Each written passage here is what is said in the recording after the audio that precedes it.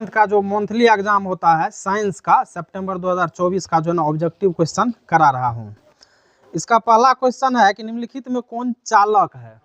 Option है कांच, चीनी मिट्टी, एल्युमिनियम, अभ्रक। तो देखिए चालक हम उसको कहते हैं जिसमें हम विद्युत धारा जो है ना जिसका विद्युत धारा एक जगह से दूसरे जगह आसानी से चला जाता है उसे हम चालक कहेंगे। तो इसमें ऑप्शन है कांच, चीनी मिट्टी, एल्युमिनियम, अभ्रक। तो इसका आंसर हो जाएगा सी यानी कि एल्युमिनियम।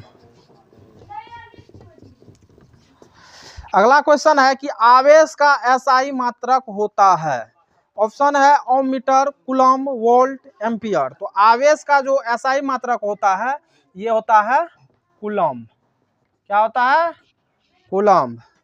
फिर है प्रतिरोध का एसआई मात्रक, वोल्ट, कूलम्ब, ओम, एम्पियर। तो प्रतिरोध का एसआई मात्रक होता है ओम, और ओम को जो है एक ग्रीक अक्षर ओमेगा के द्वारा सूचित किया जाता है।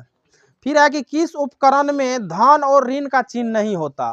तो ऑप्शन है विद्युत सेल में, आमीटर में, वोल्ट मीटर में, एवं डी में है कि इनमें से कोई नहीं। तो विद्युत सेल जो होता है, इलेक्ट्रिक सेल जो होता है, इलेक्ट्रिक सेल में जो है क्या होता है, धन और ऋण का चिन्ह नहीं होता है। तो इसका ऑप्शन हो जाएगा एक। फिर है कि 1 वोल्ट बराबर क्या होता है। तो 1 वोल्ट बराबर होता है 1 जूल बटे कूलम्ब होता है। ठीक।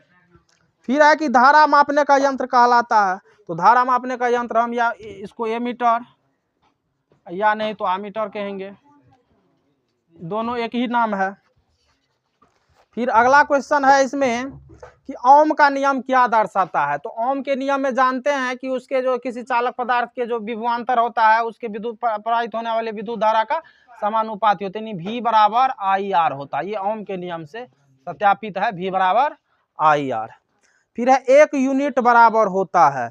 तो 1 यूनिट बराबर होता है 1 किलोवाट यानी 1 kWh, 1 किलोवाट घंटा होता है 1 यूनिट बराबर। ठीक ना।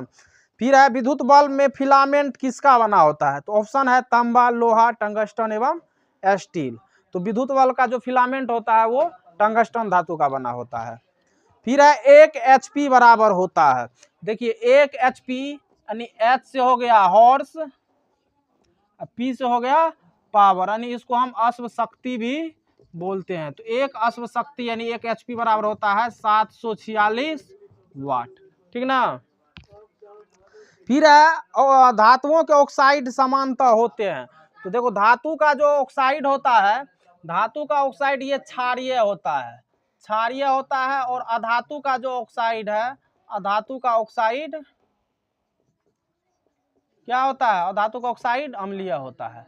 तो इसमें जो है ऑप्शन है अवैधर्मी, उदासीन, भास्मिक, अम्लीय। तो क्षारीय को ही भास्मिक बोला जाता है।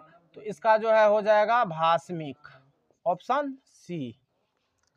फिर है निम्नलिखित अयस्कों में कौन एल्युमिनियम का अयस्क है। तो एल्युमिनियम का अयस्क होता है बॉक्साइट।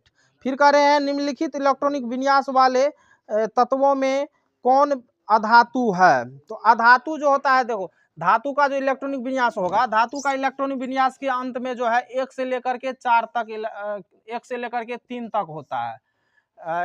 तो हम देखें, और अधातु में जो है 5 से लेकर के 8 तक होता है इलेक्ट्रॉन विन्यास अंतिम यानी संयोजी इलेक्ट्रॉन की संख्या।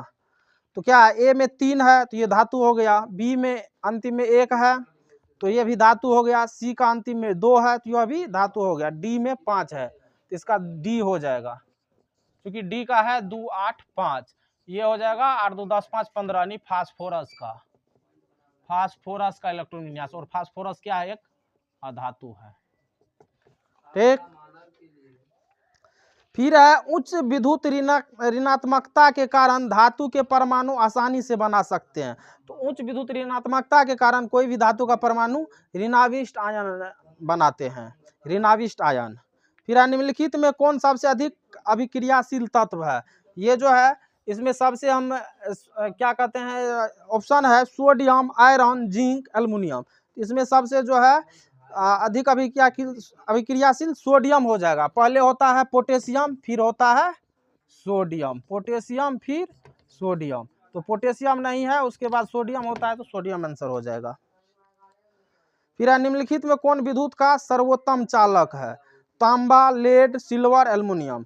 तो सबसे सर्वोत्तम चालक हो जाएगा सिल्वर, ठीक ना।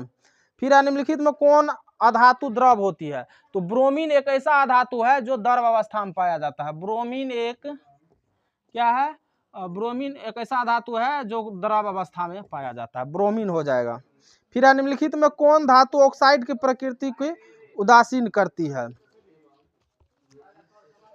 अगला क्वेश्चन है कि निम्नलिखित में कौन सी धातु तनु सल्फ्यूरिक अम्ल के साथ अभिक्रिया नहीं करेगी? तो मैग्नीशियम, कॉपर, आयरन, जिंक है, तो इसमें हो जाएगा कॉपर।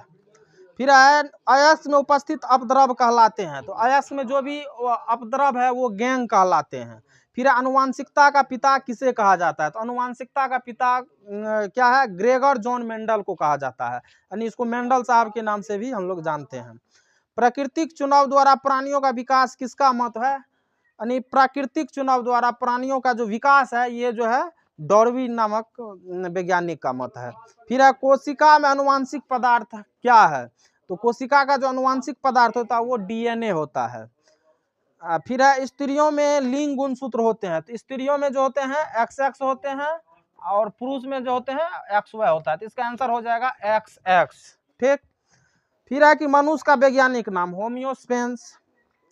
फिर है किस जीव की जीन संरचना उस जीव का क्या कहलाता है? जीनोटाइप।